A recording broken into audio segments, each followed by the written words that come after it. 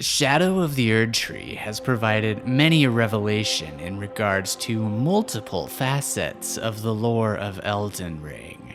One of the most intriguing to me, given my interest in researching the Greater Will, is the questline of Count Ymir. Found in the Cathedral of Metyr, he introduces himself as a glintstone sorcerer and a scholar from the House of Caria.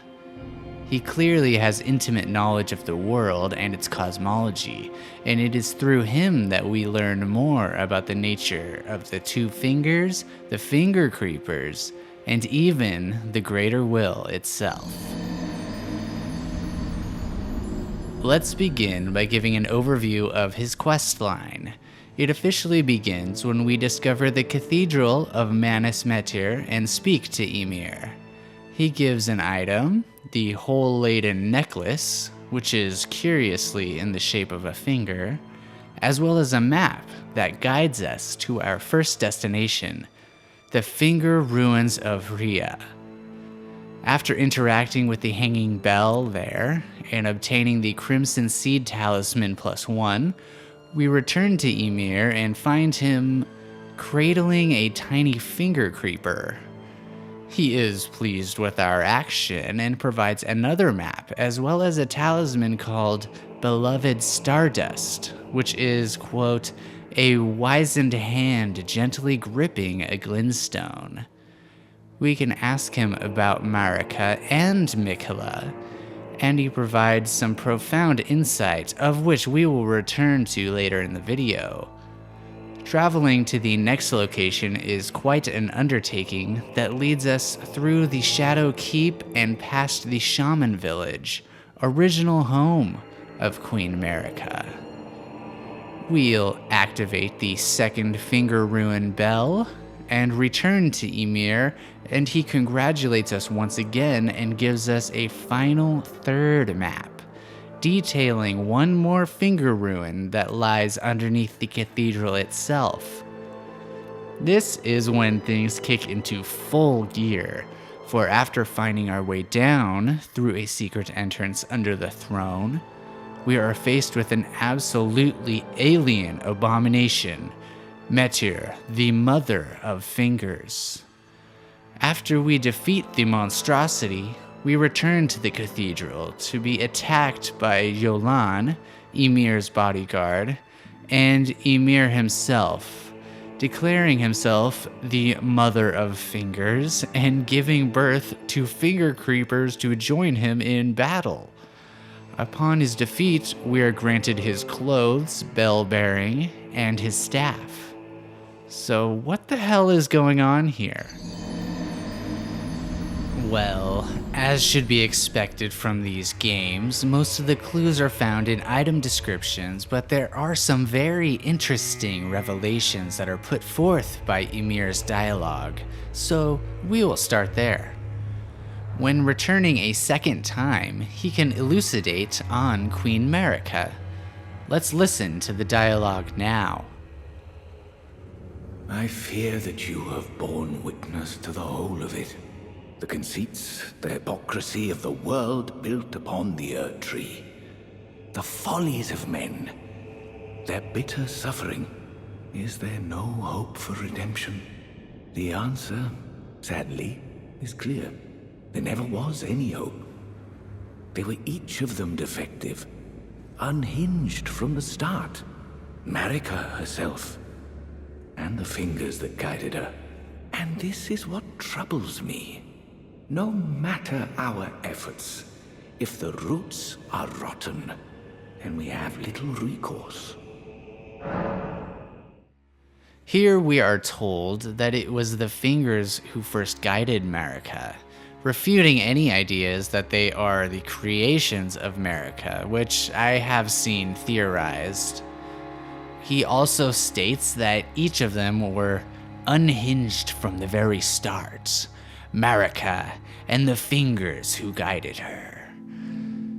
When we explore the Shaman Village on the way to the Finger Ruins of Rhea, it is clear that it was Marika's home, without going too far off topic, and because several other people are covering this very well, it is clear that the shamans of the Land of Shadow were persecuted by the Hornsent, the ruling class of the time. I encourage you to check out Zaif the Scholar's video for more context on this. At the Shaman Village, we discover the incantation Minor Erdtree, which states, "Secret incantation of Queen Marika. Only the kindness of gold, without order. Marika bathed the village of her home in gold, knowing full well that there was no one to heal."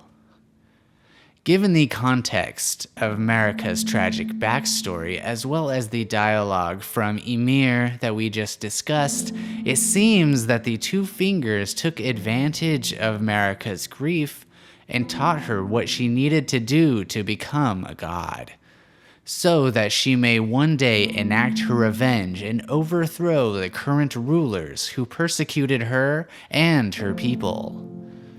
Her spell is said to be the kindness of gold without order. So right now, I believe that she was born with an inherent affinity for gold, but it was the fingers who convinced her to shackle the gold with order. Let's move on to Ymir's dialogue about Mikola. He says, Ever young Mikola saw things for what they were. He knew that his bloodline was tainted, his roots mired in madness. A tragedy if ever there was one. That he would feel compelled to renounce everything when the blame lay squarely with the mother. his roots were mired in madness, he says. This could be a subtle clue that Marika's parents were Midra and Neandra of Midra's manse in the Abyssal Woods, of whom Neandra was most certainly meddling with the Yellow Chaos Flame. This definitely could still be the case, but even if so, I'm not sure that is exactly what Ymir is referencing to explicitly. His roots were tainted, mired in madness. This could just as easily be referring to the aforementioned genocide and persecution of the shamans that Marika had to endure. He also says that the blame lies squarely with the mother. It sounds like he is saying that the blame falls on Marika, Mikola's mother, but that is not how I interpret it. He says the mother, not his mother. The tragedy he is referring to could be the fact that Mikola would feel compelled to renounce everything. His gold, his heritage, his other self, when the blame should squarely lay with not his mother, but the mother of the fingers who guided her.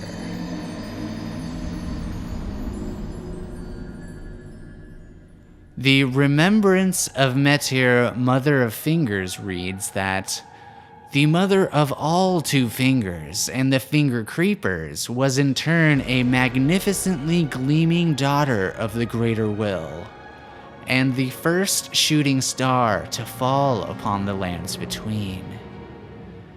This description is absolutely huge. First, it says that she is the daughter of the Greater Will, completely confirming that the Two Fingers are indeed of the Greater Will itself. But more on the Greater Will in just a bit. It is an even more shocking twist that it says that she was the first shooting star to fall upon the lands between. Why is this huge? Well, this goes against mine and many other people's theories that the Golden Star, which housed the Elden Ring and the Elden Beast, was essentially the beginning of all life. The Golden Star must have fallen after the introduction of the Two Fingers, or at least their mother. Also, it states that she is a star, therefore the Two Fingers are the offspring of a star, which was hinted at in the base game but never outright confirmed. Moving on, let's get back to the dialogue that Ymir gives us when we visit him after ringing the second finger bell. Do you recall what I said? That Marika and the fingers that guided her were unsound from the start? Well, the truth lies deeper still. It is their mother who is damaged and unhinged. The fingers are but unripe children, victims in their own right. We all need a mother, do we not? A new mother. A true mother who will not give birth to further malady.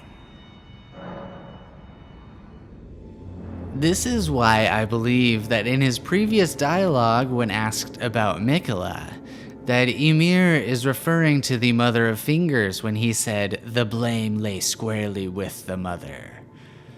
She is ultimately the cause of the turmoil that Marika has inflicted throughout her reign, and Ymir believes that there needs to be a new mother who will birth fingers that will provide completed, more righteous guidance.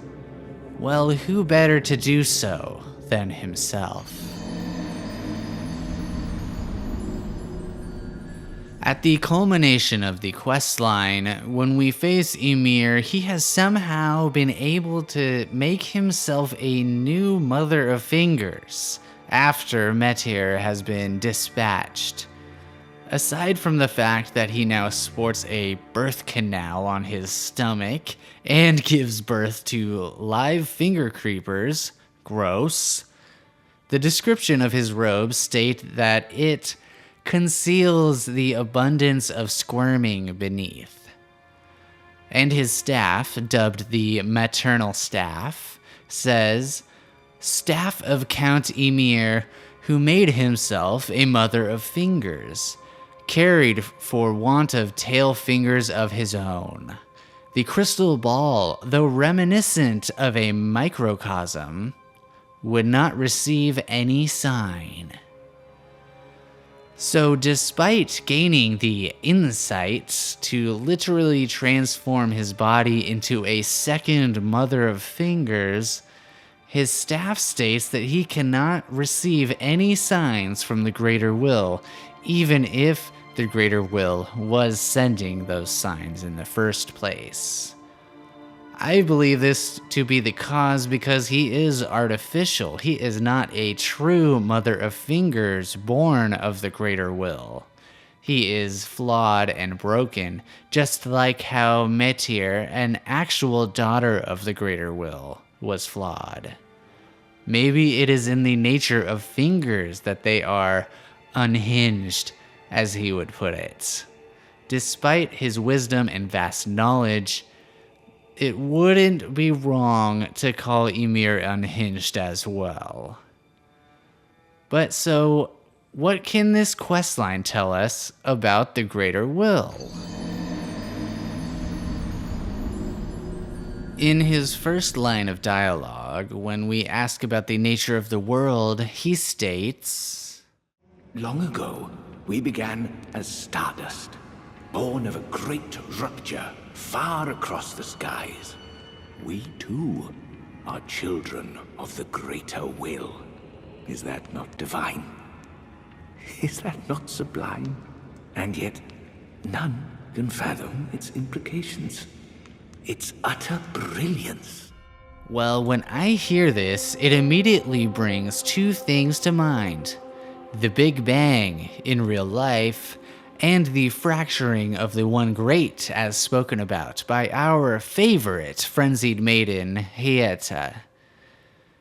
It has been theorized by many for some time that the fracturing of the One Great is referring to an in-game Big Bang, as this is when all disparity would come into being, and it is the catalyst for the beginning of life. From my perspective, it also implies that being a child of the Greater Will is not a literal child that was born, but everything that came into being from this stardust. So this would include all the people, stars, animals, and even the land itself, most likely. It kind of puts the Mother of Fingers, the daughter of the Greater Will, on an even playing field with us. We are all the children of the Greater Will, but the Fingers just have a direct line to speak with its essence. We also know that the Greater Will is directly attributed to two other cosmic events: the sending of the Golden Star and the sending of a meteor to banish the Nox underground. When cashing in the remembrance of the Mother of Fingers, we can acquire the Staff of the Great Beyond. It is a staff fashioned from the tail fingers of Metyr, Mother of Fingers, and the microcosm raised aloft over the crux they form. Catalyst for casting both sorceries and incantations. The Mother received signs from the Greater Will from beyond the microcosm. Despite being broken and abandoned, she kept waiting for another message to come. This is interesting for a few reasons. One, because it states that Metyr received messages from beyond the microcosm, what I interpret to mean outer space. Or in other words, the microcosm described on the staff is a window or a gateway to outer space. Second is because it also confirms that she did at one point actually receive messages from the Greater Will directly, if there was any doubt about that, but she has been abandoned.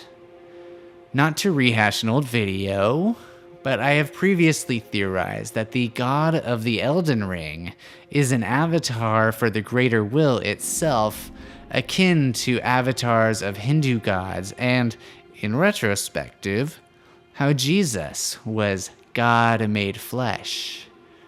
Since the shattering of the Elden Ring, Marika, the current god of the Elden Ring, has been pacified and imprisoned within the Erdtree, and this is why I theorize why it is said that the Greater Will abandoned the lands between, and also that the Fingers are simply relaying either past messages or they are speaking from their own knowledge with no direct communication.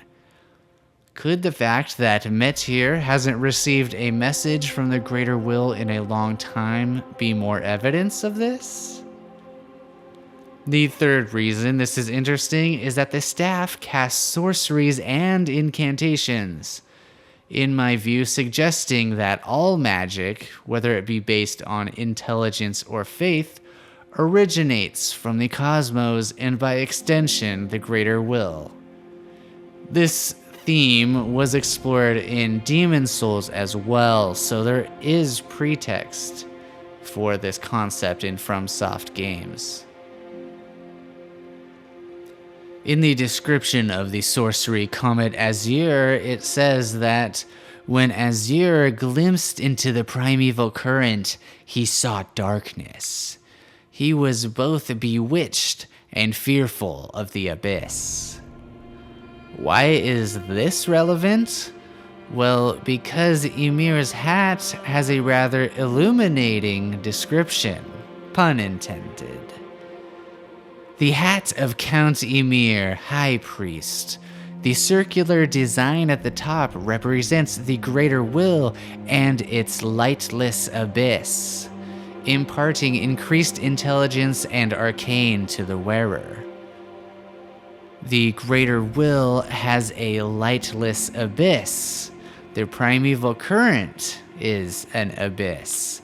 The Greater Will is described as having children made of stardust and has cast down multiple stars upon the lands between. The study of the primeval current is the oldest form of glintstone sorcery, the study of the stars and the life therein. In fact, both Comet Azure and Stars of Ruin describe witnessing the primeval current is a terrifying, mind-bending experience, not unlike those who witness the presence of Yahweh in the Bible or those who witness the cosmic entities in H.P. Lovecraft's work. So, is the greater will the primeval current?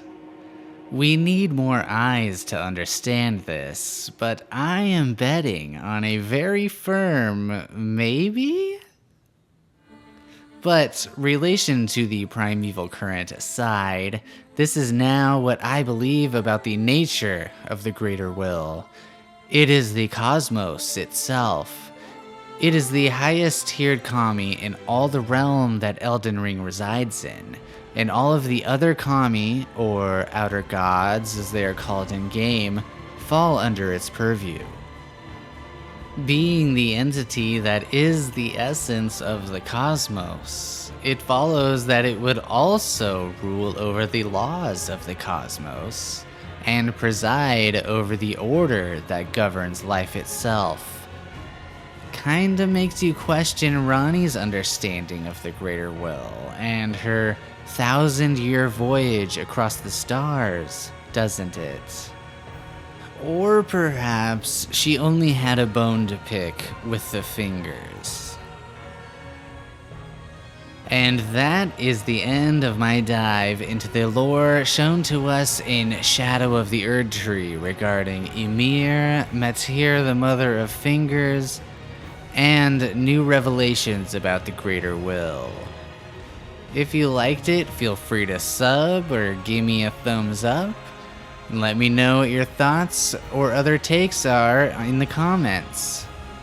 Most importantly, did you enjoy Shadow of the Erdtree? Until next time, let the fingers guide you, Tarnished.